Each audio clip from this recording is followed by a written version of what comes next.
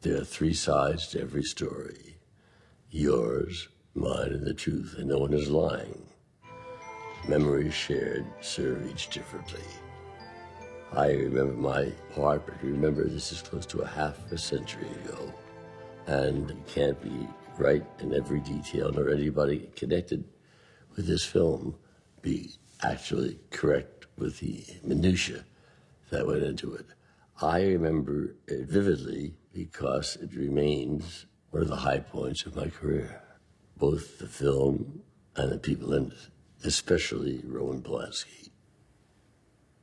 I mean, the whole film reflects Roman's vision, and I think that in other hands, we would have a very, very different film. I mean, the masterfulness, if you will, of this film comes out of Roman. Yes, it's a great yarn, but it's Roman who told it well and in his own style, in his own vision of everything and the precision of every shot. I know this film is taught in film schools all around the world. There was a time just before the film that William Castle called me and he said, I can't wait for you to do the part, blah, blah, and he was the producer. He said, but I think we might be doing it without Roman. And he said, and I will direct it. And he was also a director. And my heart sank. Not, a lovely man, but I knew that the power of the film would lie in Roman telling the tale. Bill Castle, a very professional producer at Paramount, got the option of Rosemary's Baby. Now, Bill Castle was a producer of B films there, and a very good one. But the quality of his films was not the quality of films I wanted to make. At the time, I had become head of the studio, and I was half his age. So he resented me a bit to begin with, and I don't blame him. I read his submission of Rosemary's Baby, and I loved it. I loved it because it was really a horror film, but brilliantly written. And it really wasn't a horror film, but it was. It was too good for Bill Castle. So I gotta have a special kind of person to put Rosemary's Baby onto a screen. There's one director who I had seen his work, from Knife in the Water to Cul-de-sac. I was fascinated with him. This is a talent. He could make this jump out of the screen. Robert Evans knew that I was very much into skiing and racing, and he had a project called Downhill Races. He called me and suggested that I come over to talk about it. I was in America skiing somewhere. But he had the script of Downhill Racers and bunch of galleys of a book called Rosemary's Baby. And he said, I would like you to read this also, first. I went to the hotel after that meeting and started reading. It really looked to me very much like a kitchen melodrama, for television. But as I read, I got deeper and deeper into it, and the suspense was such that I didn't stop until maybe 4 a.m. And next day I came back to the studio. I said, okay, let's do this one first. And that started the drama. From casting to style to schedule, because nobody at the studio, number one, wanted to make the picture. Two, Polanski, you crazy? He's never made a picture in America. You're going to give him his first picture, making a horror picture? No way. But I said to Charlie Boudon, who was the chairman of the board, Polanski is the man I want. I'm here as head of the studio, and that's the only man I will let make the film.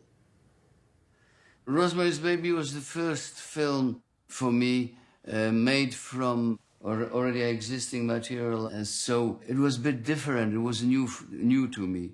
I read the book, and it seemed to me natural that I should make the screenplay of it. So I took it back to London, and it was extremely easy because the book has a very good construction. It did not need much fixing. It just needed to be turned into a shooting script virtually. It took me a few weeks.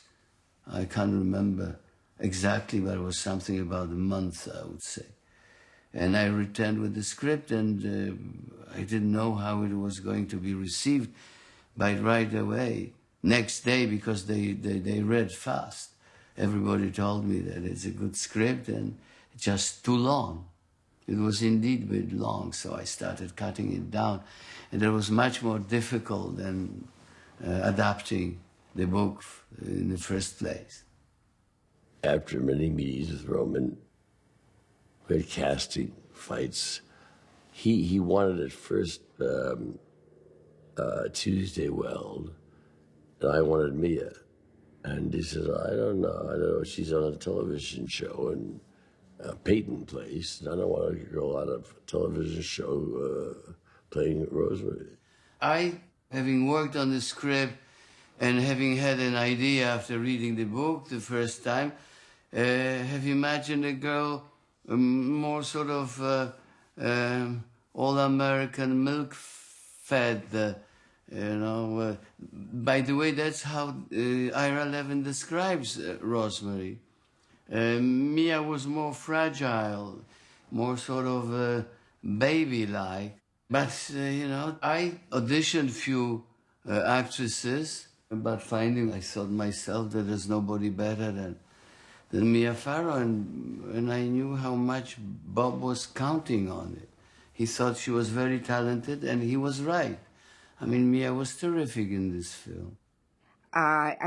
What stuck out in my mind was there was a nude scene. There was this rape and everything. I was like, I don't think I could do that, but we'll work around that. I'm sure.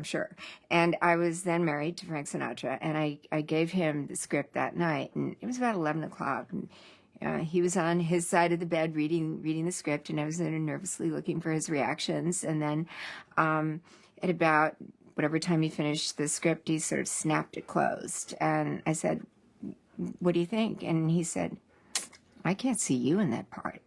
And suddenly I couldn't see me in that part, and which added to my insecurity starting the film, that the person who knew me best couldn't see me in the role. Mia was a little left of center. That's the reason we wanted her. She wasn't just another pretty face. She had something different. Attractiveness or prettiness doesn't make it apart. She had you looked at her and she had another dimension. And what she didn't have, Roman got out of her.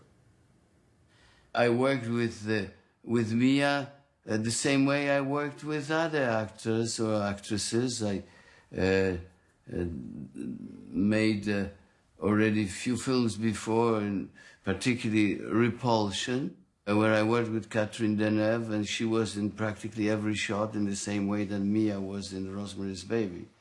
Sometimes it works, sometimes it doesn't, It's easier somehow for a male director, I think, to work with female actors, because they don't resent being led like in a dance, Traditionally, it's the man who leads, and not the other way around. Where a man resents a little bit, and if you want to dance with the men, it's always, a little bit of this before you start swinging around. Good actors don't have this problem. They know that the director gives them this look from outside that they don't have. I know that to act well, you have to forget about the outside world to a certain extent. But what you are producing, acting, it's not necessarily what you feel. Sometimes there is a little discrepancy between what you feel from inside and what it looks like for somebody looking at you. And that person who can supply that look from the outside is the director, of course, because he's there And it is his role, in fact. Roman wouldn't say, look, I think this scene is about this, or I want this from this scene. He would say, she does Rosemary, she goes here, she does this. And he's an actor as well, and a very fine actor. He would act out the scene. You know, he does it in a way that might be extreme, but you totally get what he wants. So I found it to be a helpful shorthand. I knew exactly what he wanted. There was a rehearsal period, and they had put in detail all these tape marks on the ground to illustrate where the rooms and all this were, and the bed and the corridors and the doors opened this way. And it was a mass of tapes. You know, I can't see anything without my glasses. So I'd put on my glasses and I'd be looking at these tapes, and I really never quite got the layout, you know. But we were in a big sound stage, and John Cassavetes and I, we did rehearse some scenes because we knew we were going to jump right in New York. Walking into the building, I think, was the very first scene we shot. John and I walking in to look at the apartment. I get a call 10 days later from New York.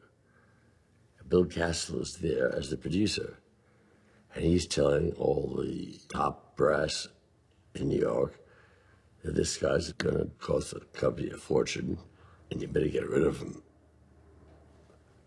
I flew to New York. I get a hold of Roman. I says, listen, you better pick up the pace. In the first 10 days, you're 10 days late. You're on your way back to Poland if you don't pick up your pace. She says, but the taxis are wrong. This is wrong. This is wrong. I can't work this way. I said, start working this way. Well, he did. Bob supported Roman, even though it did take longer. But he also saw the results. You know, he used to come on the set and say how great everything looked, and people were thrilled, and it looked unusual, and it was unusual, and not only for the content, but it was the quality of the shot. So he stayed with it at, I don't know what it cost the studio, and I don't know what the pressures were, but I would imagine they were considerable. I think that Robert Evans had a flair. I don't know how much different or artistic he wanted his films to be, but he trusted talent very much. And he was a great enthusiast of motion pictures. He loved a good movie. And he was trying to inject new blood into the old system, which started getting slightly sclerotic, you see. And it paid off. Roman was quite a bit over schedule. But with it all, I think the picture cost $2,200,000 or something like that. And what he got on the screen, it's not normal. You have to be a little, not bent, but a little different. And he's a little different and brilliant at the same time. Bob was supported, by the way, of all those executives who had to justify their existence somehow, you know, and in making my life miserable. But one person that I liked very much and seen often, who was one of Paramount's leading directors, was Otto Preminger. And I bumped into him on the lot, and he says, what's the matter with you? You look so gloomy. I said, I am just getting out of a meeting, and I have so many problems. I said, what's your problem? He says, I'm behind the schedule. And he says, what about the Russians? I mean, what about the Russians? He says, do they like them? I said, they're delighted with the Russians. So what do you care? He says, they never fired anyone because of the schedule, because of lagging behind. But if they don't like the Russians, you're out very soon. And so that was the case. I mean, they really liked the material very much. And we pushed forward, but I was always very much concerned, you know, coming from Europe, from the independent pictures where every cent counts and you don't have much chance of new finances coming if you have no more money to finish the picture. For my own part, there was pressure to leave the film because I was supposed to do two films back to back, and or integrated and then move over. And this was my role in the movie The Detective with Frank Sinatra. And that date kept getting pushed back until in the end, really, my then husband just said, it's either this Rosemary's Baby or me. And then I every weekend I was flying to New York and trying to make peace and saying, don't let it come to this, But, he was Sicilian, and it was about doing what he wanted, and I loved him, and we remained friends to the day he died. But I couldn't leave a movie. My mother was an actress, a terrific actress. My father, a screenwriter and director. I didn't come from the kind of people that would walk out after 3 months working on a movie, so it was never in question. But it was an agonizing thing, and I just hoped that he didn't mean it.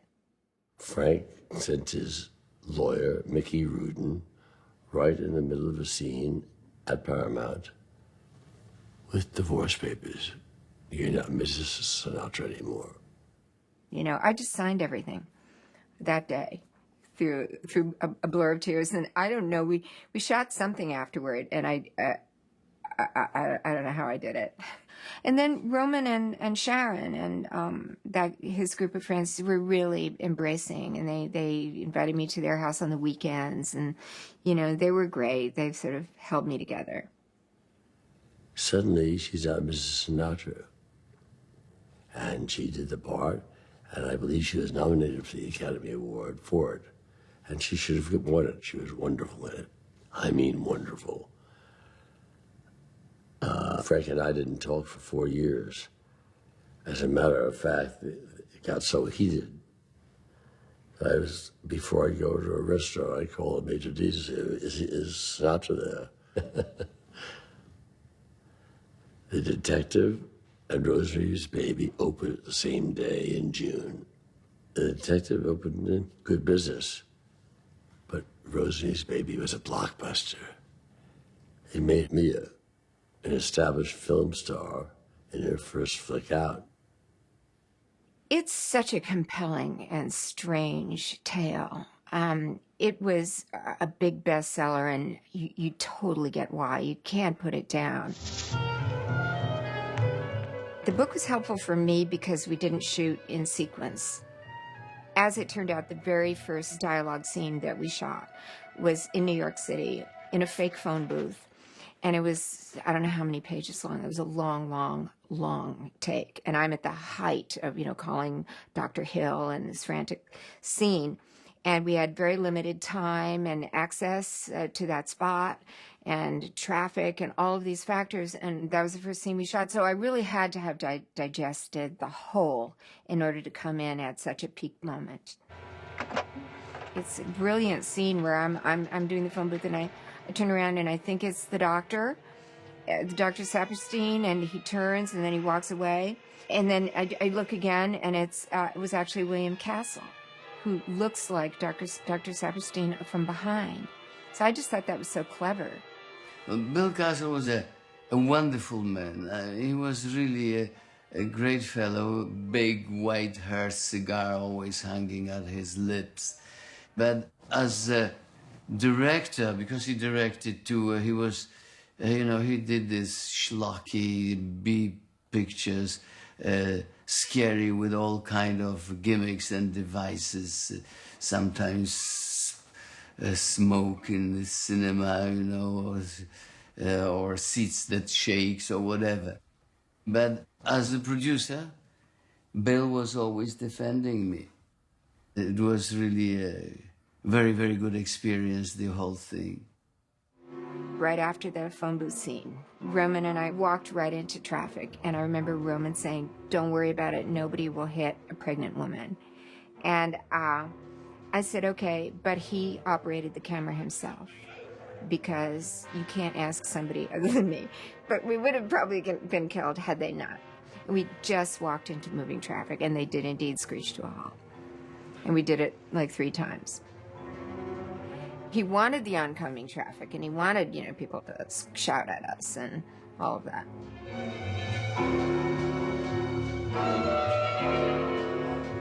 The building is a big character.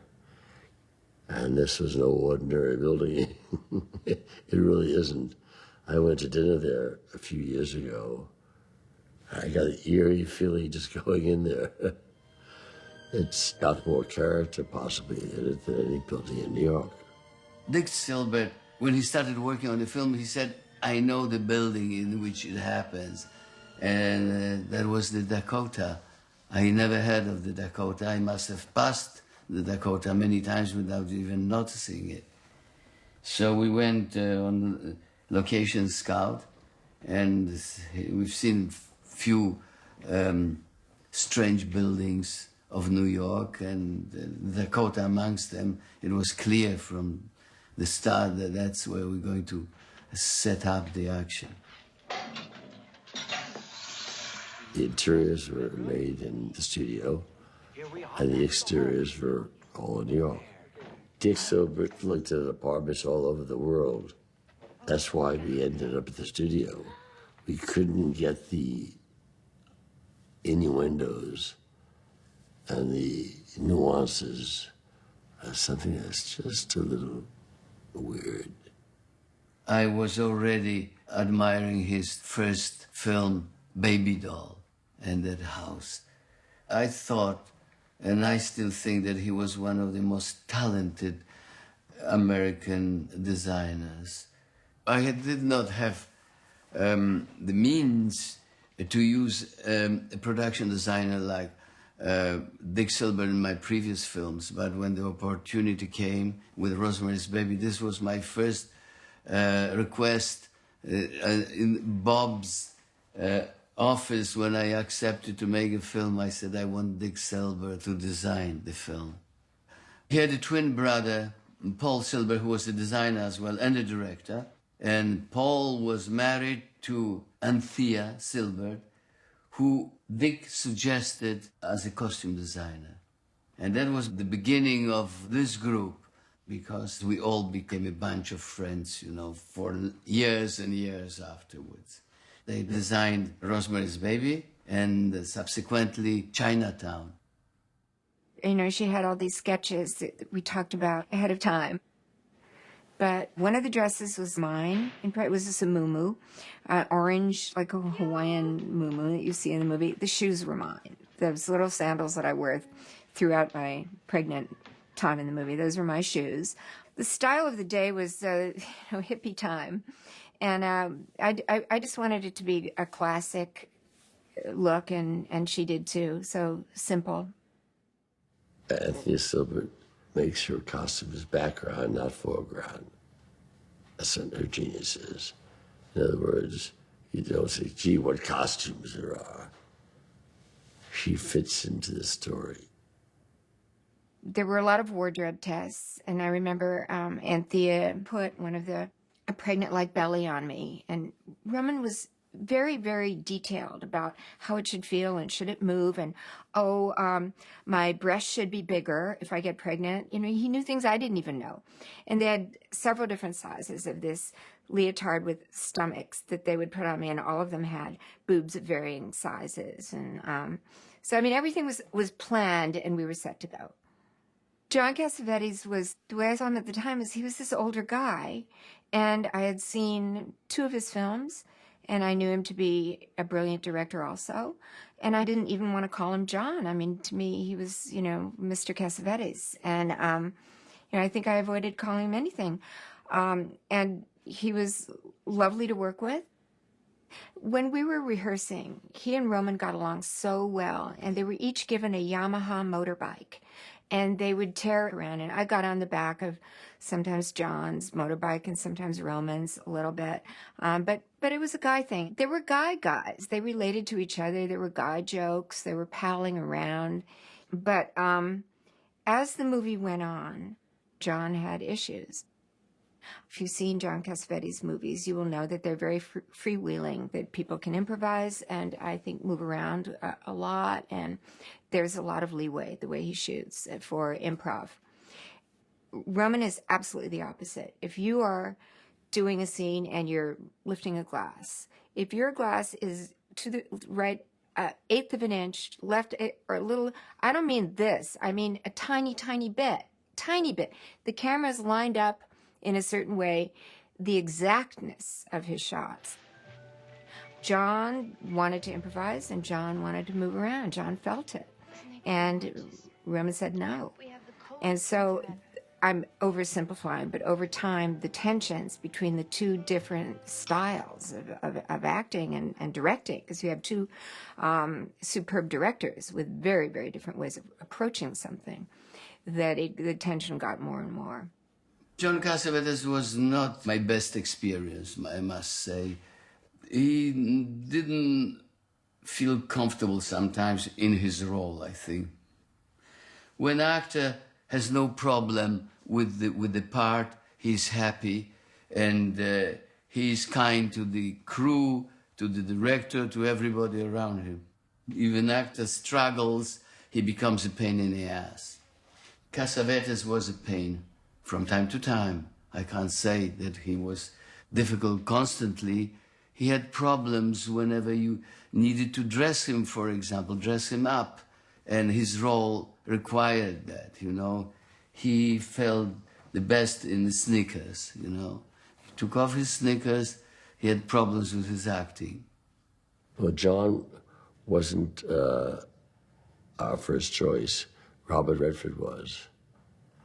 Unfortunately, my head of business affairs at Paramount served him with papers of us suing him, and I, on the other hand, was trying to get him for the picture. He got in his motorcycle and never came back. But he was the type that we wanted, all-American, very straight type. John Cassavetes was not ordinary casting for it. John was a terribly talented man, had his own interpretation of it. I think he did a very good job on it. But Roman, there's no honeymoon. Well, I liked John. I knew him, and he was not the favorite of the studio. I suggested him, and we hired him on my request. It's not like he was thrown upon me, you know. I know that being a director, he may have imagined differently certain scenes or his character, but I'm a director too, and I acted as well, and sometimes I acted for other directors. When I do so, I forget my concept and let them lead me, and I just have to serve, so to speak. That must be the partition. That's the back part of the original 10 with a dining room. And there's a closet over here, and then there's a closet over here. Huh? I still didn't want to get naked, so they tried to persuade me, but I was a Catholic girl. I couldn't do that, And there were two naked sequences. There's one where Rosemary is in her dream, walking on a ship or something, and sits down. And we actually did go out on a boat somewhere near Catalina and shot that. But the girl walking away from the camera actually isn't me. They found a girl who was willing to do it. You better go down below, miss. Walking away would have been okay, but the being tied to a bed for days on end with no clothes on, I couldn't do it. So she did all that. Sidney Blacker was funny. He said it was a little awkward. He said because he had to paint on her chest, and he said I just had to see it as if I were painting on a canvas, or the way a butcher carves meat. They don't think of it as an animal, and he had some way of disassociating himself from painting on a girl's chest. I was actually also tied to the bed for some part where, I see the Jacqueline Kennedy-like person coming, and I kiss the Pope's ring. And actually, this is a funny story. A guy gets on top of me he has vertical contact lenses on, and his skin, he's the devil. So he gets on me, and he's grinding away, and I say something, this isn't a dream, this is really happening. Or I have several lines there while he's grinding away on top of me. And at the end of it all, he stands up and he puts out his hand and he said, Miss Farrell, it was a pleasure to work with you.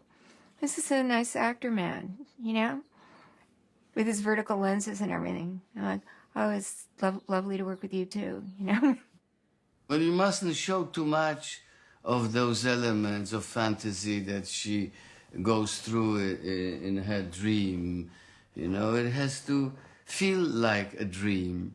You know, it has to be ambiguous or ambivalent, rather. You know, you just don't know whether it's for real or not. The dreams I have. She has a scratch on her body, but you don't know who scratched her.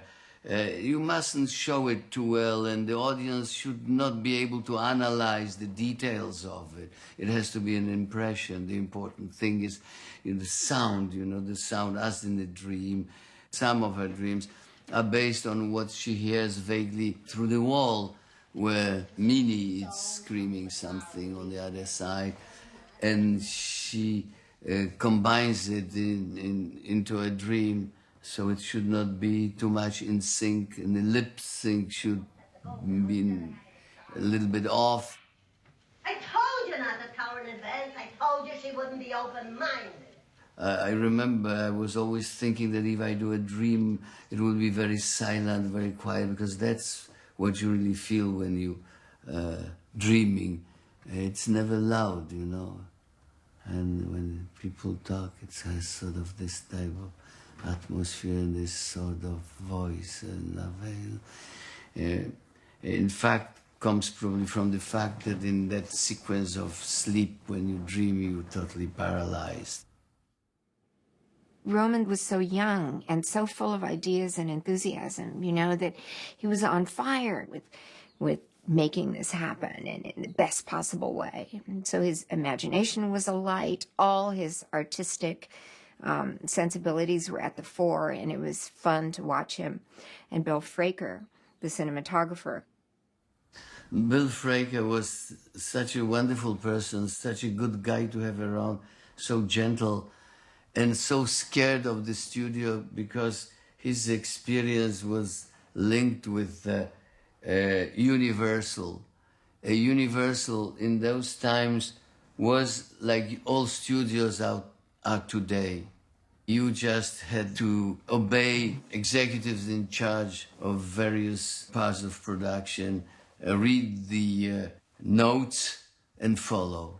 And coming from that studio, he had this discipline and didn't know that he can allow himself much more freedom. Every cinematographer has his style, and his style was revealed in this movie. Actually, Bill Fraker had a field day because he worked with a director who knew who he wanted. Bill Fraker was usually better than most of the directors he worked with. It was probably the first film where he had this total freedom and time to do what he wanted to do. Listen, you tell him I won't take no for an answer. Oh, here's your mail. Now, Ed. Thank you. I knew Ruth Gordon before the movie for Mutual Friends for maybe a year or two. So I couldn't wait till she came and joined all these guys. But then what I didn't know, she came and I thought she would play with me or something. Because, I was such a kid. And it was all this energy pent up to be indoors month after month. So they gave me a ping pong table. I thought, great, Ruth will play with me. Just clueless. Ruth, when she wasn't working, went into her little, Roman called them huts, her hut on the soundstage.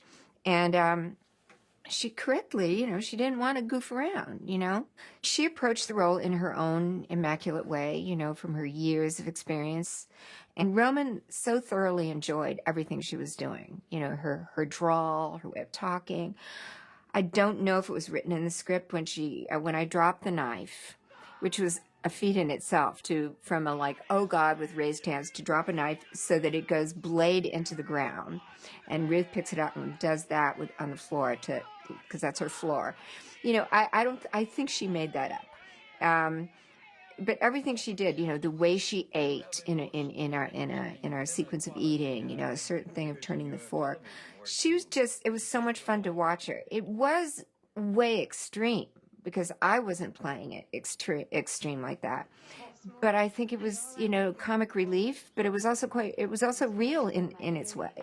You're up and around? On my first day, Yeah, the film needed some humor, and Ruth Gordon and Patsy Kelly supply it. You know, in each scene they appear, there's, you know, a bit of humor in the film, like in life. Patsy Kelly, I think it's my favorite line in the movie, is that Patsy Kelly saying, "Shut up with your old gods or we'll kill you, milk or no milk." I just love that. I love the way she said it. I love the line itself.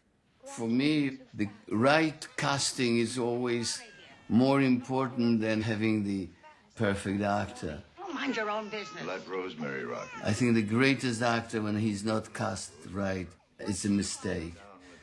And I really wanted those characters around Rosemary to be the way I have seen them when I was working on the script.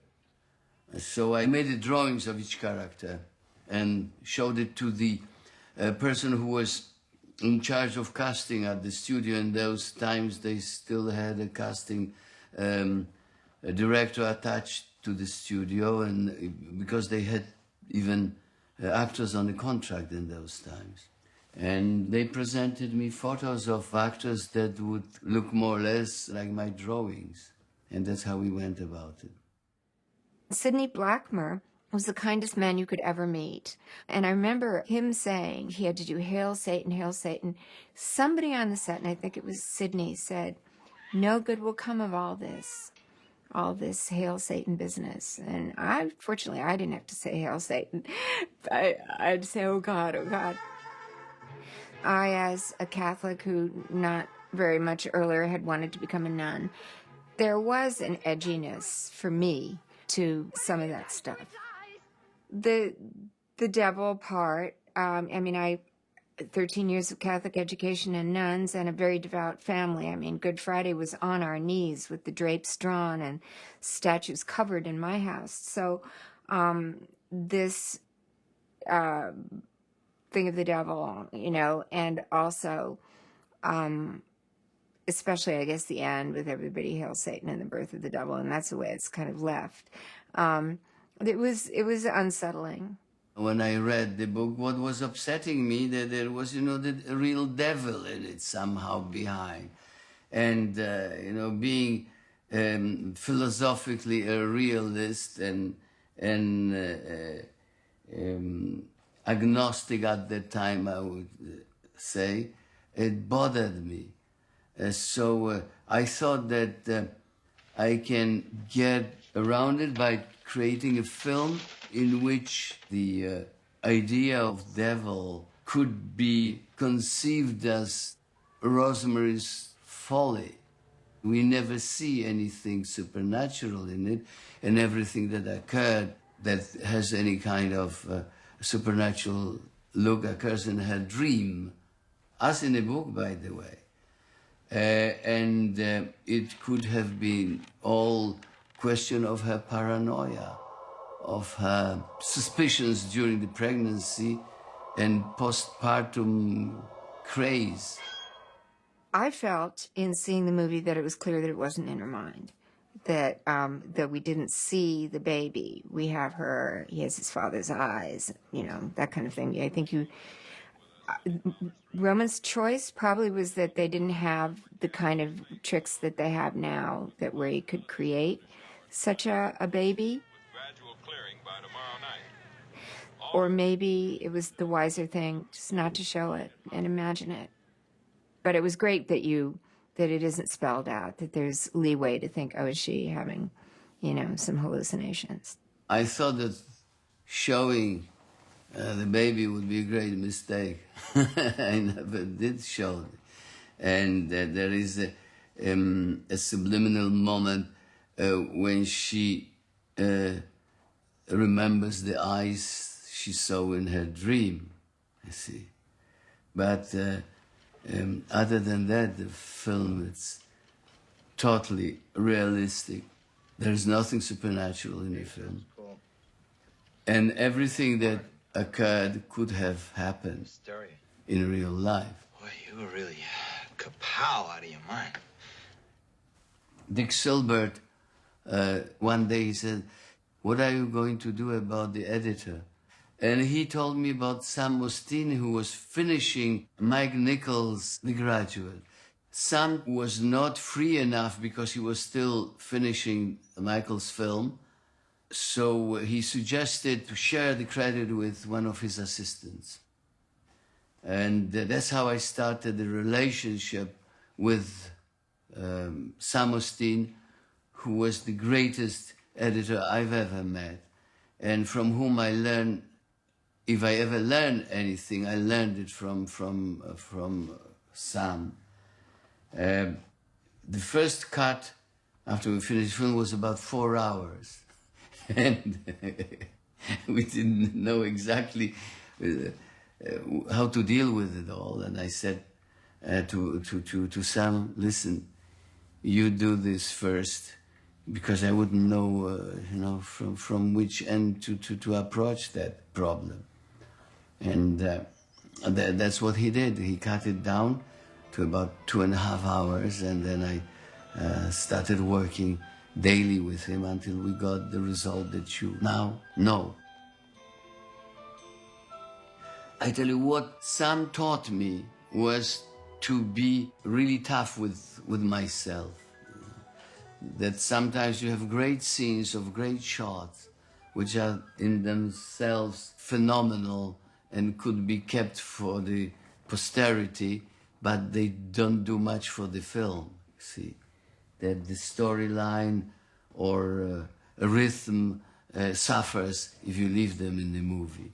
And my editing improved from film to film because, and thanks to Sam Osteen, even now, very often I think of him. And when we finished the film, the front office, which was in New York at the time, didn't want to release it. They didn't know how to sell it. So I went to a friend of mine who was president of Young Rubicon. It's a very large advertising agency. I told her my problem, but I can't release this picture because the whole advertising department doesn't know how to sell it. And the picture's brilliant. Goes to see it. He says, Bob, I'm going to give it to you straight. It's not an easy picture to sell. And I'm not going to take one dime from you to give you a whole campaign on it.